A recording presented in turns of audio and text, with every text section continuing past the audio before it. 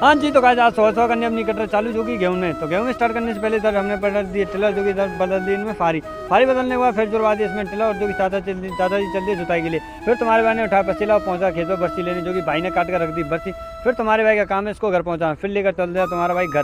तो घर जाते तुम्हारे भाई हो गया नहा धो के रेडी, नहा धो के तुम्हारे भाई ने लपेट दिया खाना। तो खाना लपेटने के बाद फिर लंच बांध दिया हमारी माता जी ने, वो भी कटर के लिए। फिर तुम्हारे भाई ने उठाई मोटरसाइकिल और लंच लेकर चलिए हम कटर के लिए। तो इससे पहले हम पहुंचे अपनी कटर पर दे दिया तुम्हारे भाई ने लंच, जो कि पिताजी और भाई खा रहे खाना। तो खाना खाने के बाद फिर तुम्हारे भाई ने उठाया लंच और लेकर चल दिया घर के लिए। घर जाते तुम्हारे भाई ने निकाला फिर डीजल।